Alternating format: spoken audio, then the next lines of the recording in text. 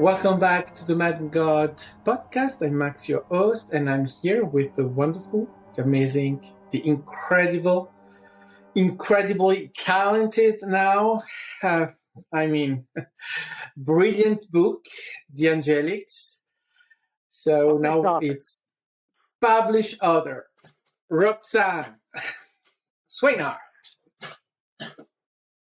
Hello, everyone. Thanks all for tuning in. Yeah, we were just talking about my book. It's called The Angelics. I just published it on Amazon and Barnes and Noble. I'll get it up on a couple other sites. And Max is going to read it for about another week. He's had it for a few days, and I think we're going to do a talk on that next week. Yes. So yeah, we were just discussing a little bit of it, so it's kind of carrying over into the beginning of the podcast. So that's why it's on our mind. Yeah, to be able to really talk about it, I need to have read it or help me a little bit out of it, right? Yeah, read some more. Read some more. It's almost 400 pages, and you're 100 pages into it. So you're doing good. Just keep going. It's an engaging book. It keeps your attention. Yeah, and it's a very good read, and you read it. Well, I mean, I'm not a fast reader, so in one day I nearly read 100 pages, so it's a lot for me.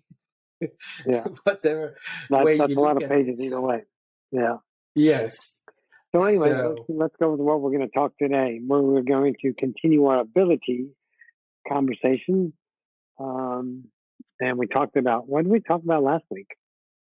Talk about mediumship. Mediumship. Yeah. So we've done channeling and healing and mediumship. And I thought this week we would touch upon psychics, tarot card readers,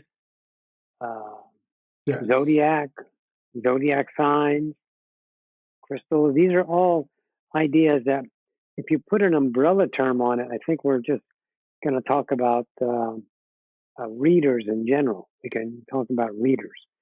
So yes, an ability to read, and readers, they can do specific ideas. They have talents of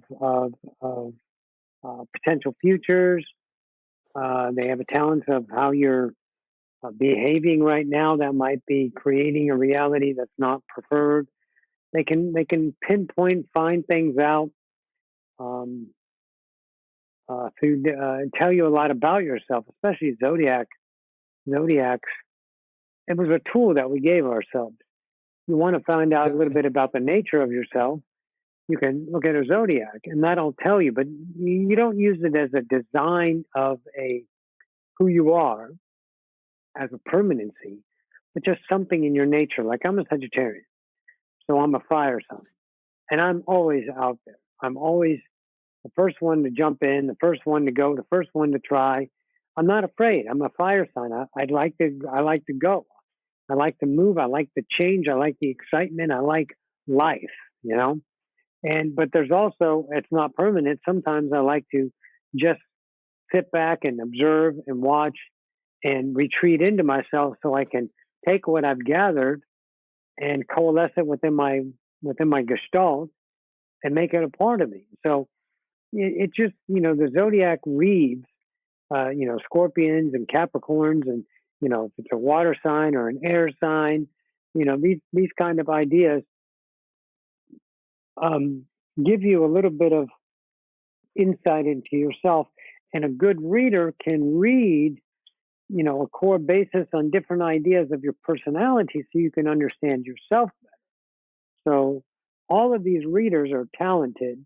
And I do reading, but I do reading in a different kind of way. I do it through the idea of scrying. I call it, and it's not I call it, it's called scrying. So you have a black obsidian bowl, you fill it with water, you do a spell on it. And this is, for me, it's my witchcraft that I do. And you peer into the water, and the water appears with images about whatever situation you're working with. So that's another way to do a read. So ability of the spiritual world. Now, we've been doing reading for a long time. We've been doing psychic work for a long time. We have 1-800-psychic line, and we've tested the market on that. We've expressed it, and it's still valid. There might have been a time where it got a little bit diluted with the amount of psychics, and it turned into a little bit of fad when maybe Dionne Warwick was doing the telephone calls and the lines and call for psychic readings. And she's a famous idea, wonderful singer, and very valid in the idea of psychic. And maybe a lot of people jumped on board, and there was some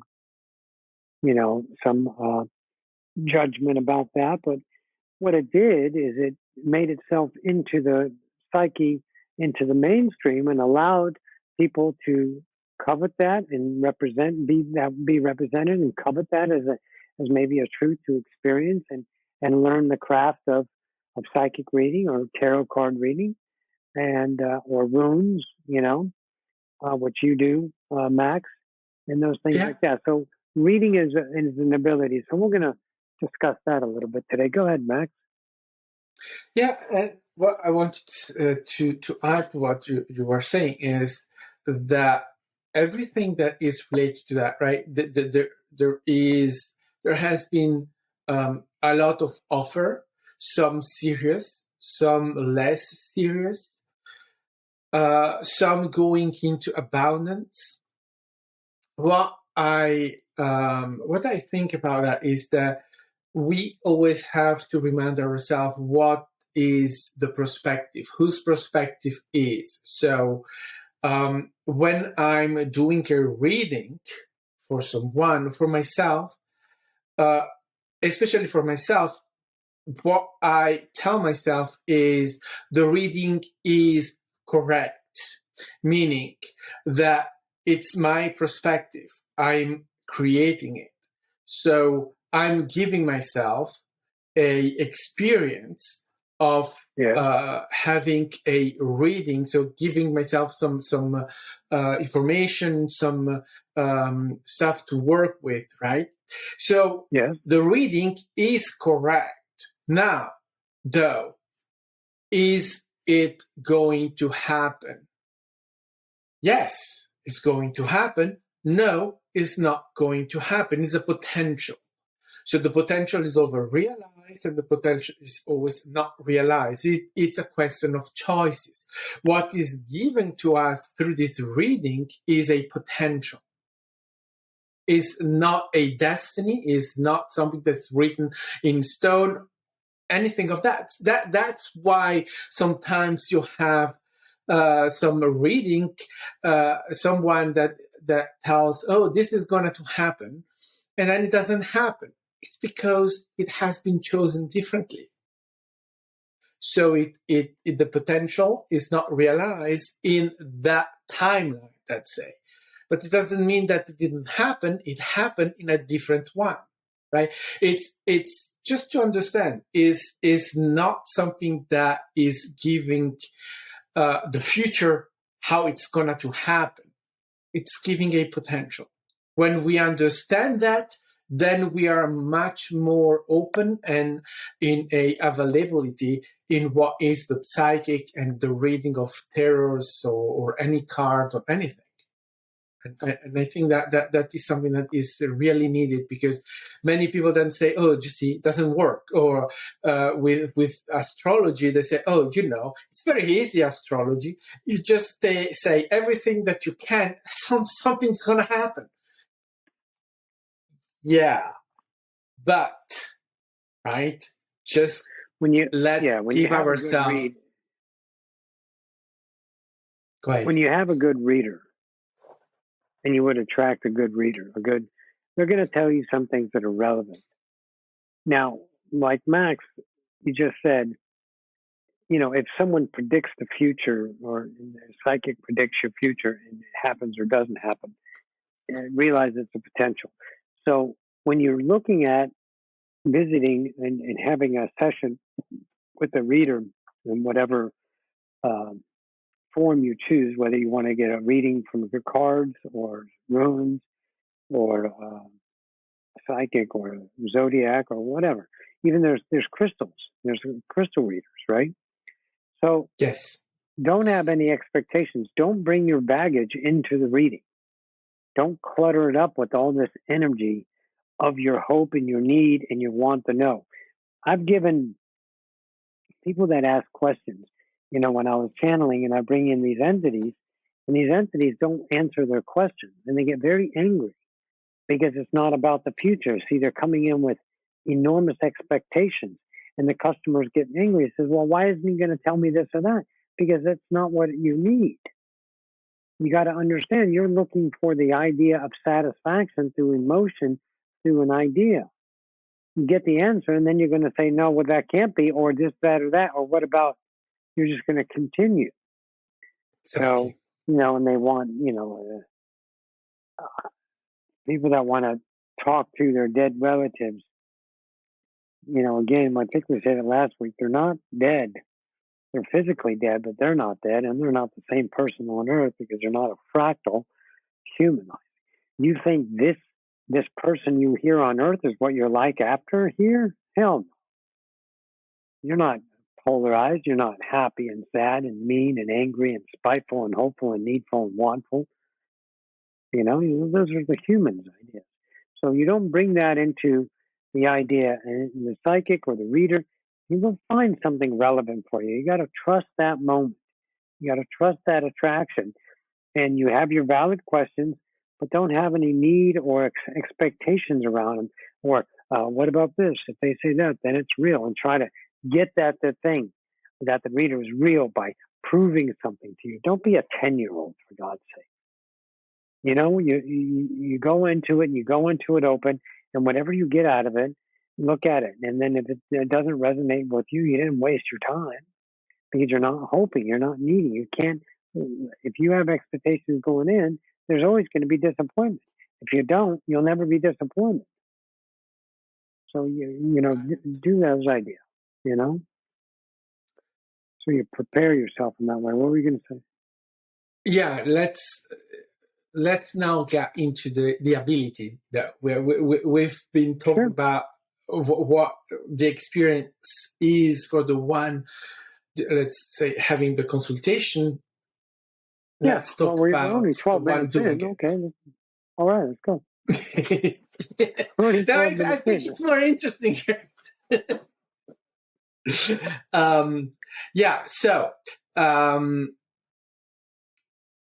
Psychic. What is a psychic, Roxy? If I was using my general terms of history, someone that can read a person's future. What's in store for them as far as money is a big topic. Love, another big topic. Career, another big topic. Health, another big topic. So they read into the futures. That's my relationship with a psychic. Okay, yours? Is that what you want to do? Play ping pong here? No, but no, I'll say the same. Do you? But how would you describe the way that is the way we say that? Do you think that what is their ability though?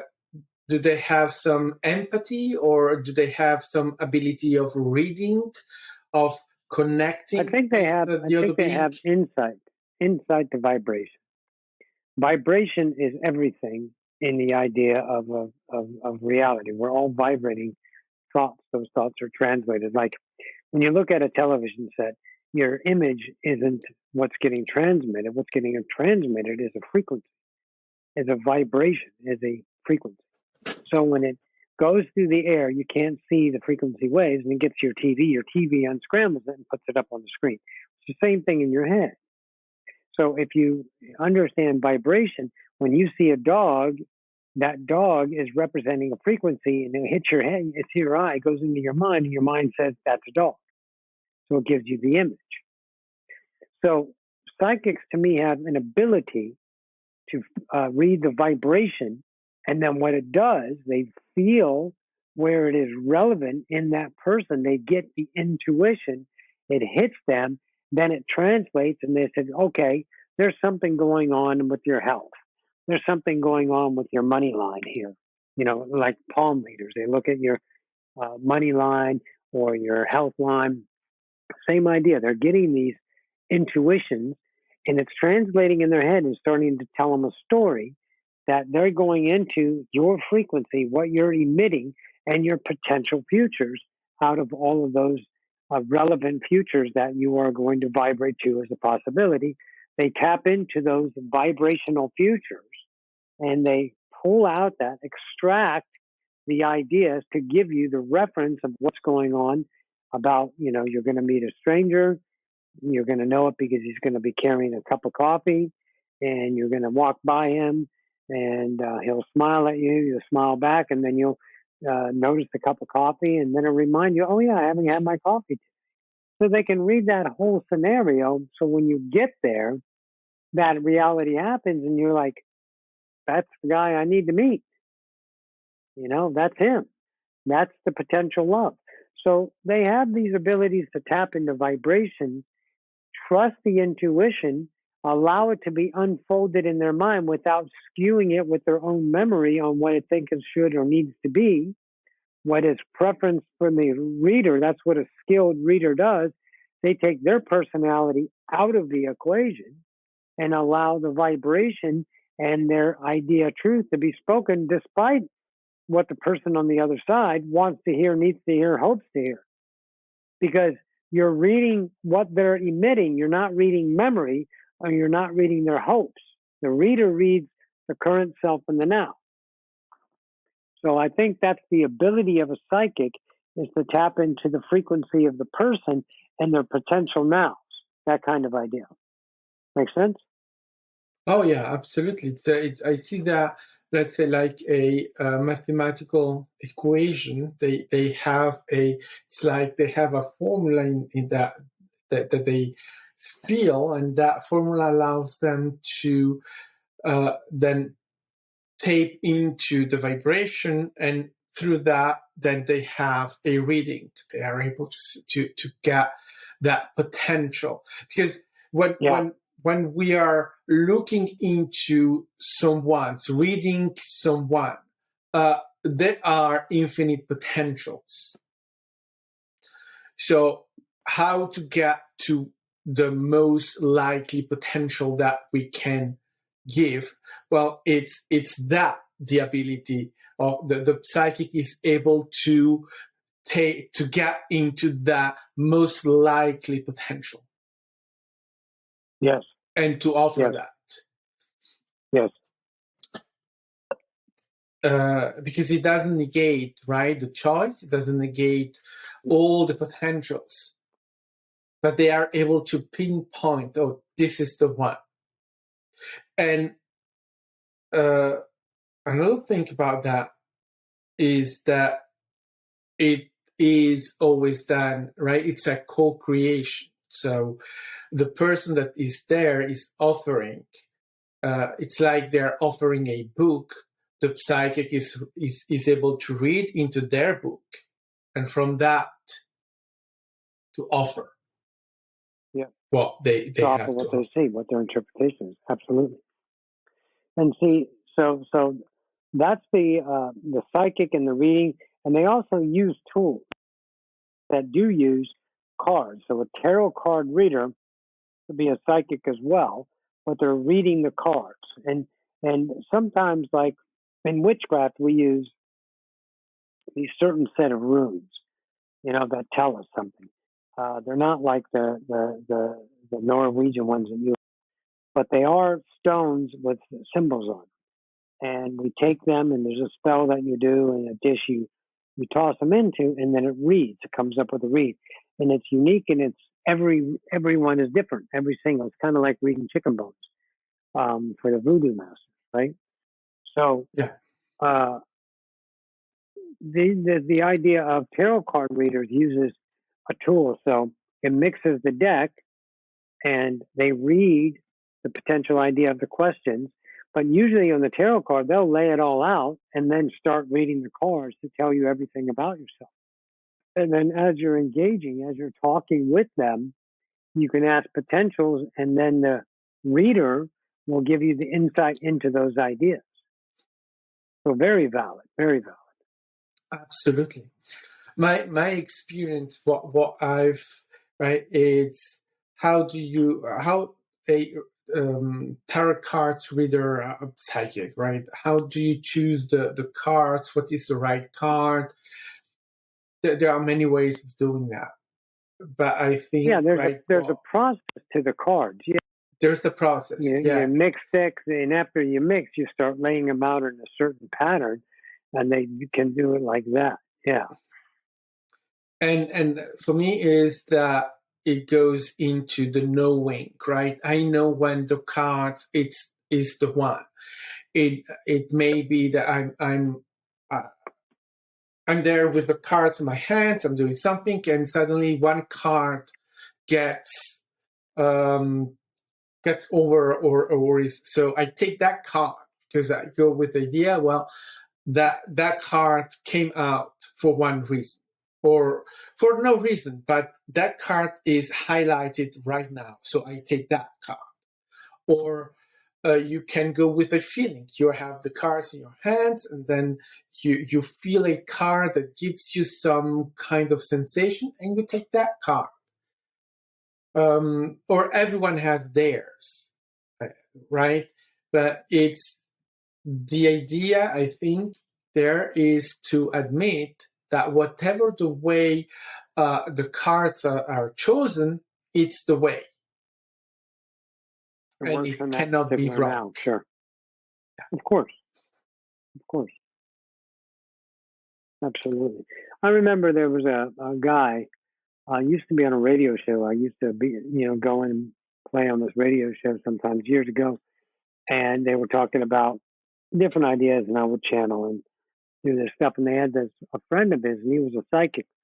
Someone would come online and ask him, "Can you give me a read?" And he would just dive in, and he would just go into the person because they jump in the senses. So, in the idea of the cards, the card reader has its own validated process of the reader on how they get to that information. So some use a particular order to lay the cards out, in a different, directions and things like that. So there's a lot of ritual involved in some of these processes, but nonetheless, it's a reality unique to the ones that are validating it, and the experience is going to be unique to that moment. So I particularly like scrying, and I like tarot cards. I don't do tarot cards, but I like the idea of readers. Well, the astronomer readers, the astronomers, astrologists, sorry, readers. There was this one, her name was Kat, absolute phenomenal reader. Great reader. Been doing it for 30 years. Her skills are incredible what she can tap into.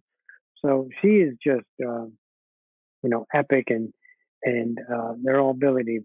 But I have a nice affinity for people that do the tarot card readings. I think the work that they do with that is exceptional.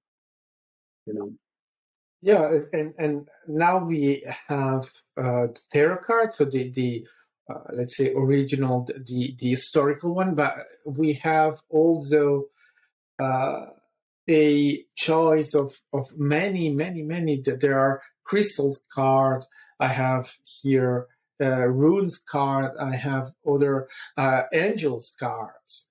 A lot of angel cards out there. Yeah, absolutely. So we have a choice of so many things that we can, where some are more in the direction of the tarots, and other are more in a direction of messages, so that they are not structured as the tarots. However, right, they have another way of being created and the way they are read. But I mean, the reading is still the reading. It's still right, having a card and then having the vibrational connection and then giving a reading of it. So we're still in that. And I've seen amazing, wonderful sets of cards that are. You locked up, or is it me? They're so beautiful. No, you're there. You paused for a minute. Hi, you there? Okay, Yeah, good. I'm here. Yeah. Okay. Yeah, sometimes we have these things. It's like, whoa, where'd you go? Yeah, and so what was the next thing that you said? Well, we're just You talking talk about the. about Go ahead. yeah, the thing that you talk about, the reading that you do with what is the crystal or the bowl or Uh-huh. The the scrying. water. Yes, The exactly. scrying, yeah. The scrying, yeah.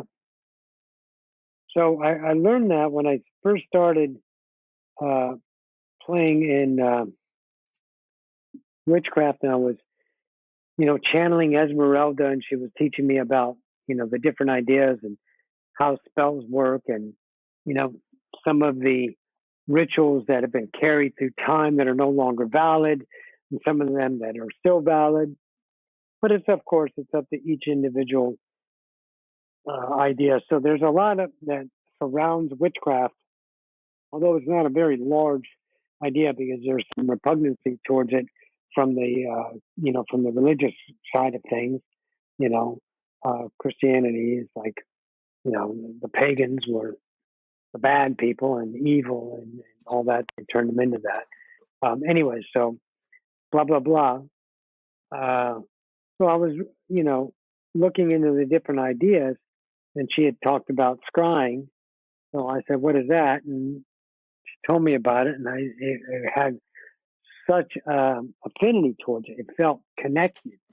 So I found a scrying bowl on Etsy, and I ordered it, and then I started doing it. Started that idea. You have a bowl, you fill it with water, you do a spell to open it, and the spell work itself. Doing spell work is very ritualistic to the mainstream. It seems a lot of the mainstream modern witches, they do a lot of things that were done thousands of years ago because they're bringing that through history. That's what made it through. So you remember, what made it through doesn't mean that's the only thing. You got to remember what made it through is it was validated by whatever people and historians chose to bring those stories through. So there's billions of ideas out there that we're not understanding because history didn't bring it through, you know, and that's not right or wrong. It doesn't mean anything like that. It means there's other availability ideas. So when I start my spell work, there was rituals that that the book said, that the people say, that the witches of current said you should do this and do that, and some of it was valid with me. It felt very good, and some of it was like, well, that's just a little bit too ritualistic for me. I don't think I need to do that, and it doesn't lessen because there's no standard. See, your magic can't lessen because there's no magician council dealing out to the people that are practicing it because they're doing it right.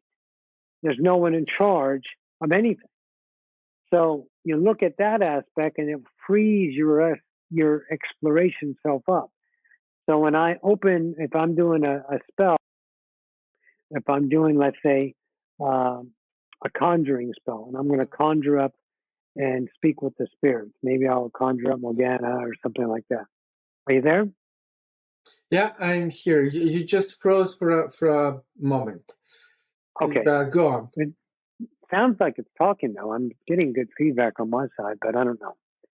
So, anyways, so uh, if I'm doing a conjuring, there's salt involved in opening the circle, and there's some chance involved, and there's mojo, the magic up, and you get it going.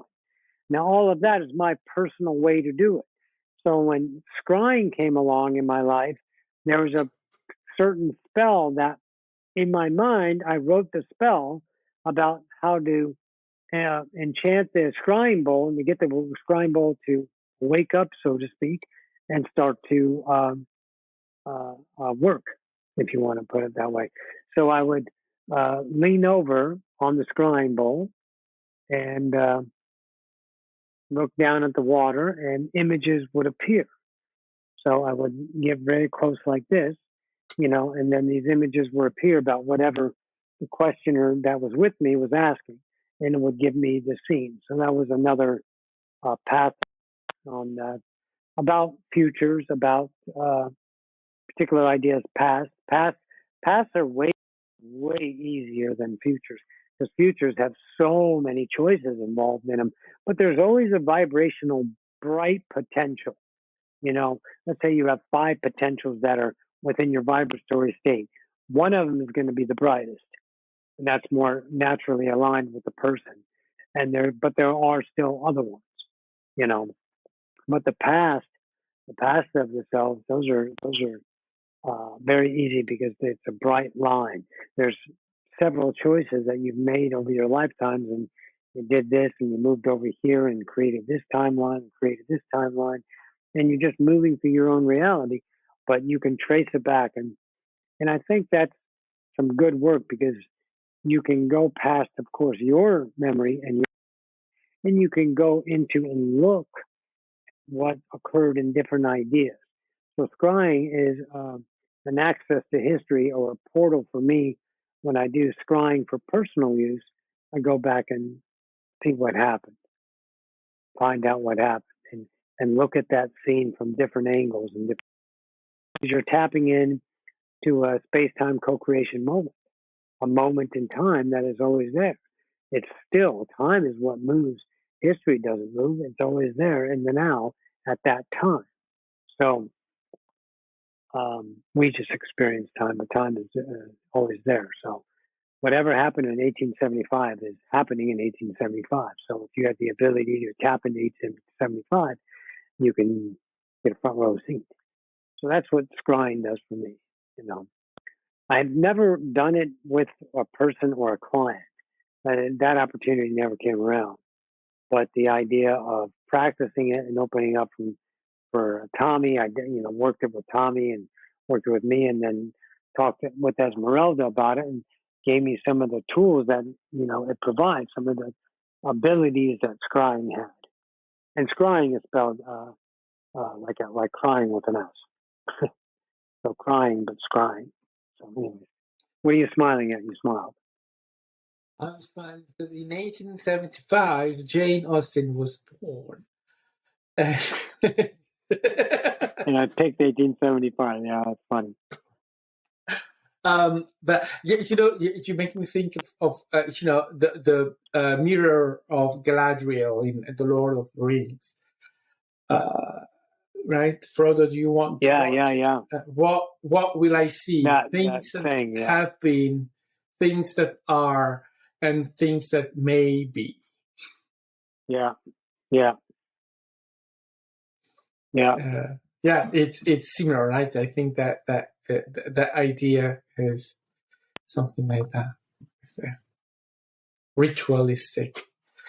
And I the ritual ideas. They're very nice. They're very comforting. They're very, when I'm opening a circle to do the magic, I trace the pentacle. And let me just give a side note. There's a difference between a pentacle and a pentagram. Pentagram is one the worshippers of Beelzebub, or the devil, or whatever you want to call it.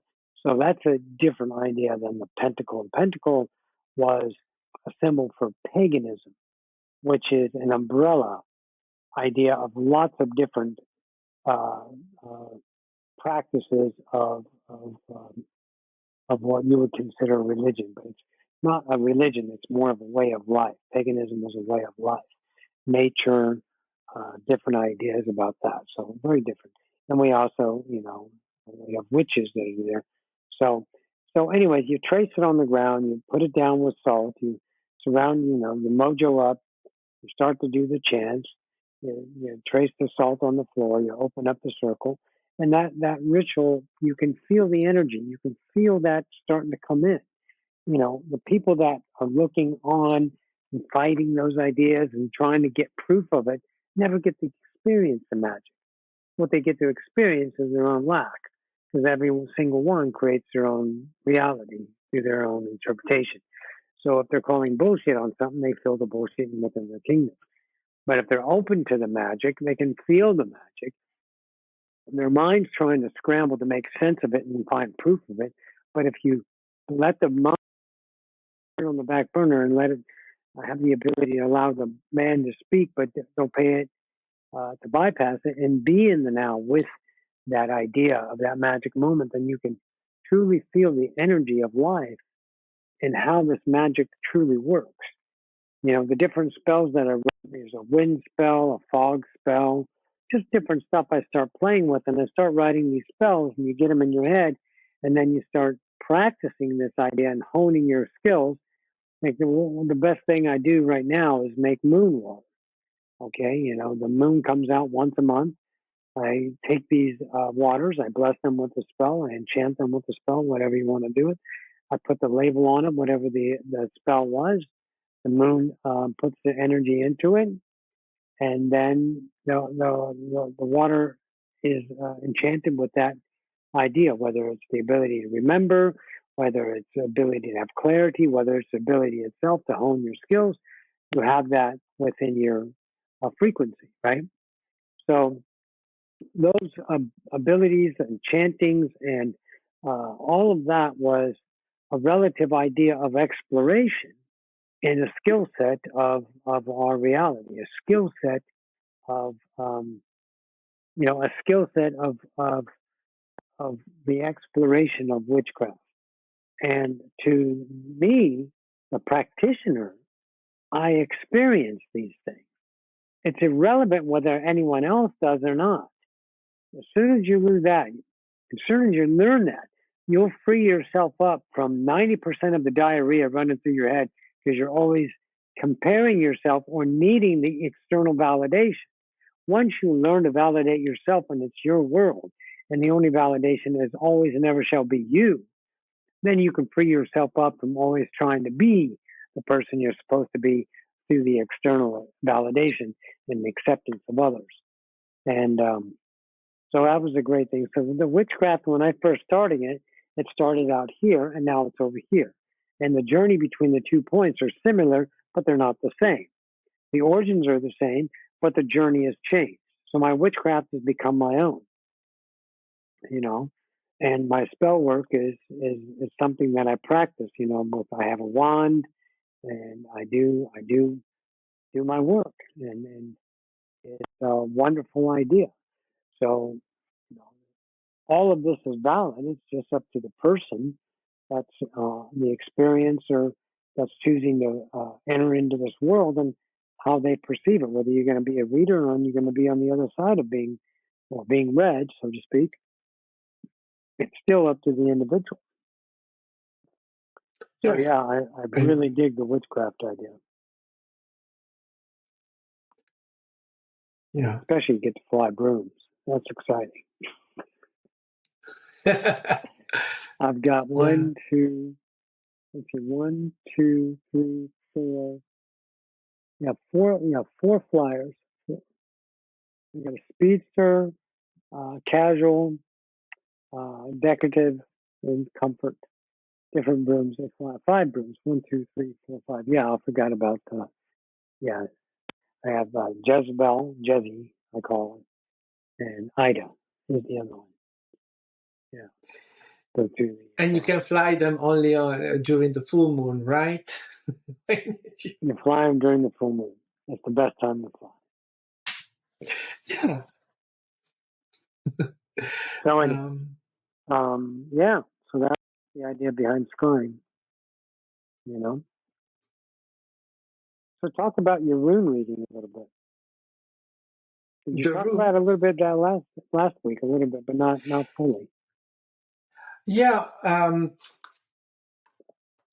The runes were presented to me some years ago by a co-worker that wanted to explore healing with them. So I started working and said, well, then try to heal me.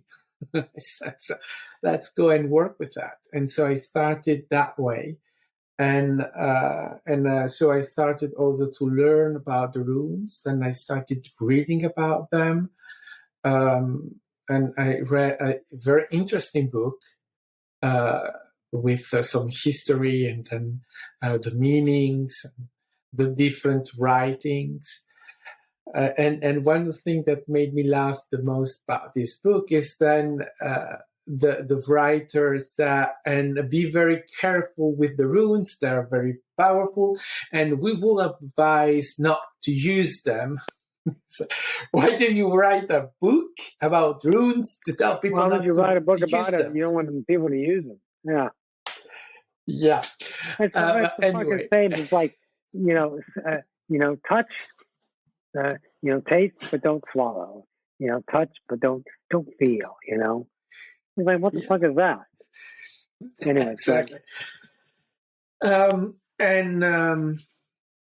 So the runes have they are energy, some kind of energy that we are connecting with. They are translated into the physical through a let's say character, and that's how we work with them, right? We have this idea of a Nordic or whatever. It's not just the Nordics that have runes. Any other have hang them. on for a second. Hang on. I don't think you actually explained what a rune is. Can you give a description of a rune? The spelling and the description, because I don't think everyone knows that. Yeah, right. So a rune, one of my favorite. Let's take that. And it's spelled R-U-N-E. R-U-N-E. Yeah, And okay. they, what we say is that they have been communicated to us. So we have started to use them and with as an idea of alphabet for writing, one side, but the other side is also a idea of healing, an idea of power, an idea of reading, having information, receiving information about one person or about the situation. Yes. And they have symbols on them, shapes, writing. That's how we are now discovering them, because there are remainings of stones with runes on them. Ancient one. There are even religious places where they have found these stones, and so they can read them because it's, as I said, it's a writing. So they used to write something there, but at the same moment, it's also magic, because there's what I was missing. It's also a magical tool to make magic. So clarify this for me. So the symbol means something. So when you have a rune exactly. symbol, it means something. Okay. All right. It means something, exactly. Now, for instance, one thing that we know is that there is a connection, that a rune is connected with a god. For instance, if I take one rune that is Turisa, that rune is connected with the god Thor, and it's considered one rune that is connected with the thunder, with the strength, with and which has a very striking effect in the moment, because the thunder, that idea. And you have other runes like the rune, let me see, this one, Theu, that is connected with the goddess Freya, which is in the Nordic. She's not related to Odin and to Thor. She is aside, even though they come all together in Asgard. But still, she's considered one of the goddess, and this is a rune that is connected with fertility, with cows, with the spring, so the coming of something new, the birthing of something new, right? The agriculture and etc. etc. So they have all this ritualistic side of the runes that facilitate the passing from one season to the other season,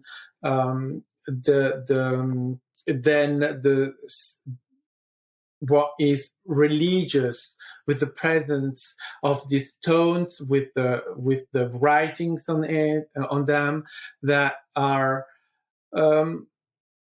relating something, but also, as the runes are magical and are energy, they are also there to give an access of a vibrational and a energetical access to the site, to the place. So they are access, yes. Yeah. And for instance, when this, another thing that I used them with is this last Tuesday I had a client, and so what I've done is that I've related the session to a rune to have the energy of the rune entering into being associated with the Reiki. And then what you do with a rune is that I have two ways of invoking a rune. One way is writing the rune. So I take a pencil and I write the rune 3 times. Always up to down. The other way that I have 3 times, yeah, I said that. The other way I have to do that, it's to picture it in my mind. I picture the rune and I say the name of the rune 3 times. And once I do that, I feel the energy of the rune present. And so that, right, I have runes for protection, I have runes for healing, I have runes for, as I said, fertility, for power, for attack, right? Like Turista could be a rune that you can use when you need, attack, when you need to have, to enter into a negotiation or to enter into anything that you need, right? The strength, you need the moment. So, yeah. And then you can, one other thing that you can do with the rune is that you can create your own. You can create your own. You take the existing runes, you put them together so that you then have your own, right? That can be connected with you as a sort of name or as a sort of giving you some energy. So because like everything, you can stay with what is historical and not move from there, or you can allow yourself more liberty and create something new with what is in existence. And it depends on you, the way you feel comfortable with it. And I think that it's up to everyone to do what they want. Absolutely. Make it your own. Yeah.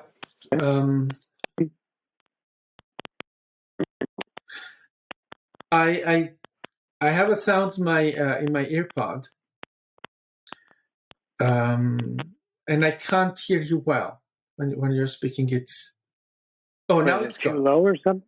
Okay, is it okay now? Now it's gone. It's okay now. Yeah, you see, Okay. sometimes you just have to speak about something and it goes away. And then it just goes away.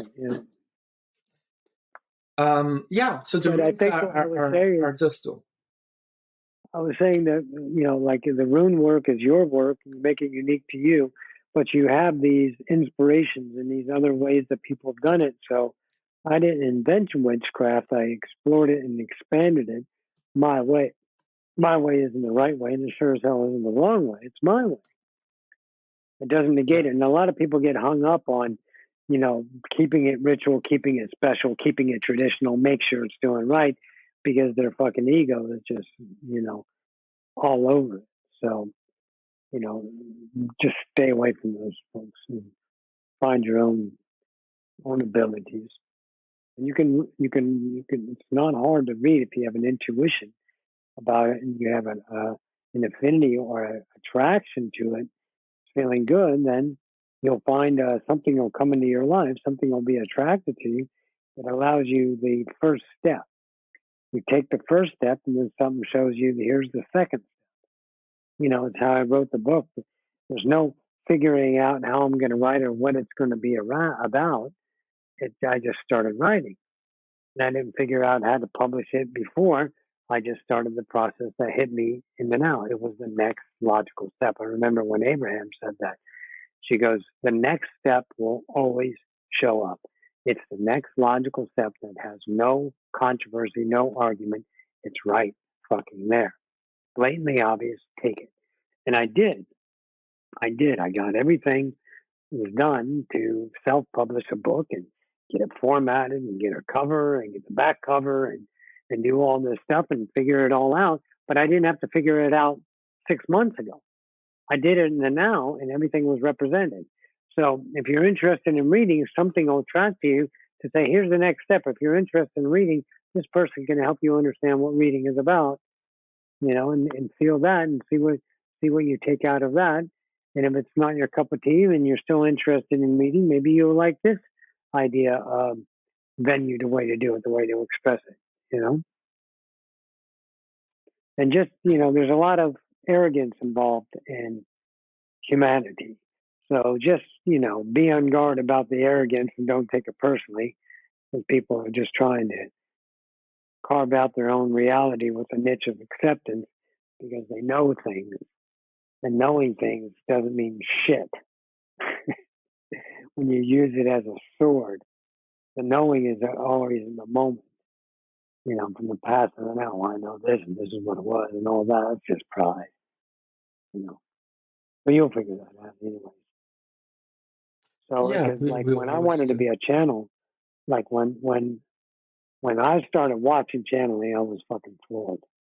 First person I watched was Bashar, along with Abraham, and of course I read the Seth material. But when that opportunity came into my head, he said, "Do you want to be a channel?" I was like, "Fuck yeah!" There was no holding me back from being a channel. I knew it, and poof, there it was. It just started. Started with the first step, and here we are 9 years later. I think it's 9 years, yeah. Let's see, that's 7, 8, 9. Yeah, I'm going into my 10th year of my spiritual journey. Oh, that's right, 2013, 2023. Holy crap! Look at that. Where did the now go? It's all in my memory. Yeah. Oh, But anyway, yeah. yeah, it was really good work to the journey and discover it. Yes, and it's never ended. And um, there's right, because when we start discovering our abilities and then practicing them, there is always an evolution. There is always a new stage that we can reach in the now Yeah, of new understanding of yeah, new ways. Yeah. And when you become comfortable with them, then, I mean, right, using runes for witchcraft or going into a healing session, doing magic, right? You can, there are no barriers, there are no limits in what we can do with these abilities. We name them, we perceive them as something, right? Tarot reading, and then you have witchcraft, and then you have this, and then you have that. Yeah, great, absolutely. No one is in charge of it. You can use what you have in many ways. I think that when you become comfortable with that, yeah, then you can have the fun. Yeah, there's no standards. When I first started channeling, I was getting, some feedback of, that channelers don't cuss and you have to get into it. And it's ritualistic and all that. So, it's just diarrhea. That's all it is.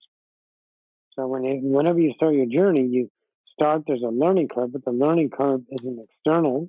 The learning curve is finding your own preference. It's an internal journey, not an external journey. Just know that. It was good. Good stuff, Max. Yeah, absolutely. So what I propose is that next week we are going to talk about your book. Yeah. The Angelics, and then the following book, the following book. I'm going to tell you what your following book is. The following week, we're going to get back into abilities, and we'll go more into witchcraft, magic. Yeah, maybe we'll dive into the magic side of things. Okay. Yeah. Right? Sounds good. Fantastic. All right, so, guys. Roxy, where can we find you? You can find me at odysseyofascension.com. And on my front page, if you scroll down, you'll see the Angelics book for sale on both Barnes & Noble and Amazon. It's just now available in paperback and Kindle. And, of course, on Barnes & Noble's, it's Nook, also ebook readers. And, of course, in paperback there. I haven't got the hard copies yet, but I'm working on those to get those available as well. But anyway, so that's where you can find me. I'm also on YouTube at the same idea, Odyssey of Ascension, on my YouTube. And Max, where can everyone find you? Breakfast with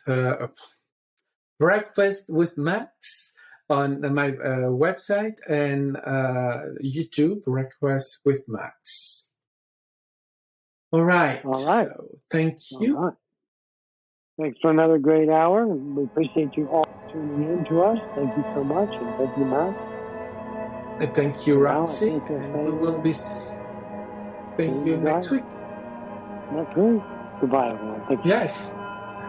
Bye-bye.